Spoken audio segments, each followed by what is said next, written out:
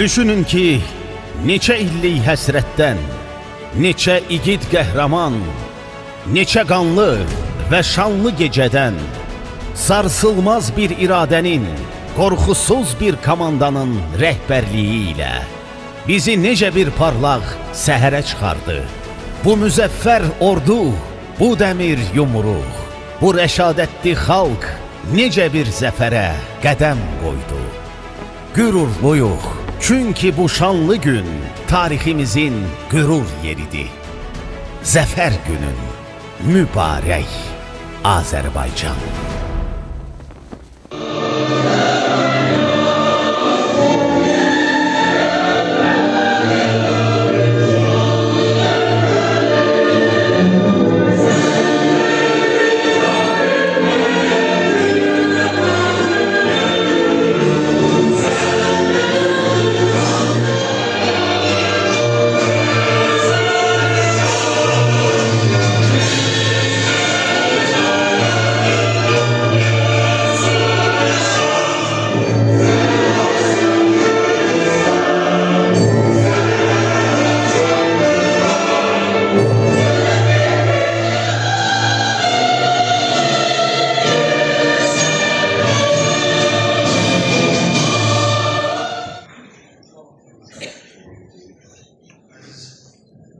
Şəhid valideynləri, əziz şəhid yaxınları, əziz Sabirabadlılar, bugün çıxış eləmək həm şərəflidir, həm xoşbəxtlidir. Ona görə ki, biz bir zəfər bayramımızı qeyd eləmək üçün bu tədbirə toplaşmışıq.